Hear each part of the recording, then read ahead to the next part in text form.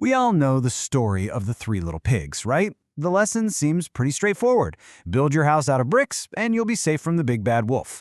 But what if that classic lesson is, well, maybe not the whole story? This modern fable takes that idea and completely turns it on its head, re-examining what it really means to be strong in the world we live in today. So, this is the big question at the heart of it all. We're about to challenge one of the most fundamental assumptions from that fairy tale we all grew up with. We're going to explore a totally different kind of strength, one that isn't built from concrete or steel, but from something else entirely. All right, so let's set the scene. Our story kicks off just like the original with three brothers. But these aren't your average pigs. Let's meet Victor, Emile, and Leo. After they all finish their studies, each one sets out to build a life for himself, following his own very unique idea of what happiness actually looks like. And here you can see the very different paths they chose. Over on the left, that's Victor, the high-flying businessman. In the middle, you've got Emile, the modern, eco-conscious type. And way over on the right, there's Leo, who chose a path much, much closer to the earth. Three very different ideas of what makes a house sturdy. Now, to really understand the choices they made, we have to get inside their heads and understand their core beliefs. So let's meet each brother one by one and really dig into the philosophy that shaped not just their homes, but their entire lives. First up is Victor. His dream was to get rich, and he absolutely loved the big city. With its giant buildings that seemed to touch the clouds.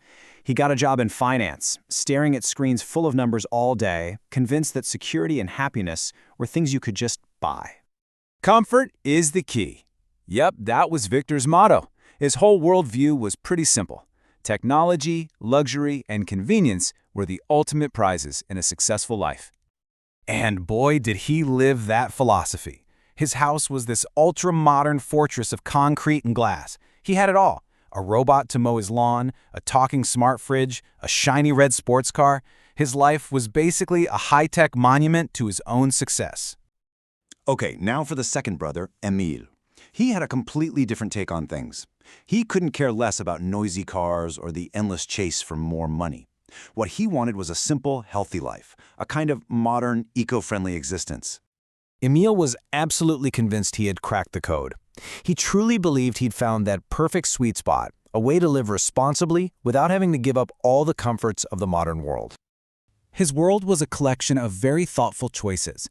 A solid, cozy wooden house, a quiet electric car, organic food from local markets, and, of course, meticulously sorted trash. On the surface, his life was a perfect model of responsible individual action. And that brings us to our third brother, Leo.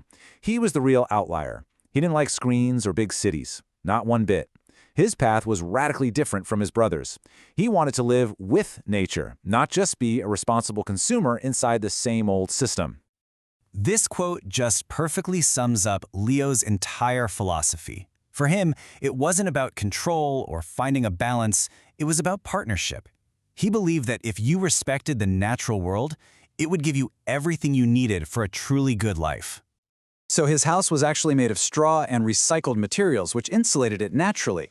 He had what he called a natural garden that grew without chemicals, and he lived in this slower world that was all about community, making things yourself, and sharing. For many, many years, all three brothers lived pretty well, each one happy in his own way. But you knew it was coming, right? A modern version of the big bad wolf was lurking on the horizon. And it wasn't just one creature, but two devastating back-to-back crises that were about to test their foundations to the absolute limit. The first blow was a massive financial crisis. The markets just collapsed. For Victor, whose entire world was built on numbers on a screen, this was the first huff and puff. In just a few days, he lost everything. His money, his job, his house, even his smart fridge refused to open. Homeless, Victor had nowhere to go, so he took refuge with Emile. But the problems were just getting started. The very next day, the second crisis hit, a monster storm. The wind howled like an angry wolf, and the rain turned roads into rivers, sweeping away everything in its path, including Emile's electric car. You see, the storm didn't just flood the land, it knocked out the entire system. The power grid went down, there was no more running water, and with the financial crisis still raging, nothing could be repaired. Emile, for all his good individual efforts, finally realized his life still depended entirely on a fragile system that had now completely collapsed. So there they were, with their worlds of concrete and well-built wood utterly destroyed. Victor and Emil were left with no food, no water, and pretty much no hope. They had only one option left: go to Leo's and seek refuge with the brother they had always thought was, well, a bit of an oddball. You have to imagine their journey. It was bleak. They walked for 2 full days through a silent, broken world. They passed through sleeping towns with empty shop windows and dark street lamps. They were heading toward the one they thought was a dreamer, who was now, literally, their last hope. And when they finally arrived, they were just stunned. What they found wasn't just a simple straw house. Leo's home was the heart of a whole village, a community that was not just surviving the crisis, but was actually alive, resilient, and, get this, joyful. So Leo explained their secret. Their strength wasn't in their walls, it was in their actions. They grew their own food. They shared resources like eggs and tools freely with their neighbors. They repaired things instead of just throwing them away. In their community, nothing was wasted. Everything was transformed into something new. And that's how Victor and Emil learned the real moral of the story. It was never about what material your house was made of.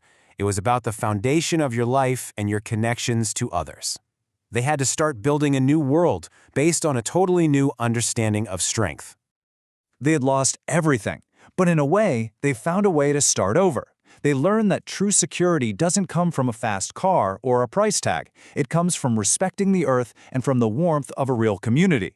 They found a world that wasn't richer in money, but was fairer and, somehow, so much safer.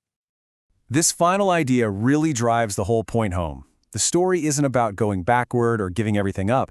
It's about completely redefining what comfort and progress actually mean, inventing a new way of living that's more free, more joyful, and gives us more time for what truly matters.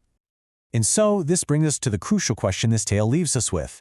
It asks us to take a hard look at our own lives. When the winds start to blow, and they will, what is your house really built from? Is it materials and systems you can't control? Or is it skills, community, and connection? What is it that truly makes you resilient?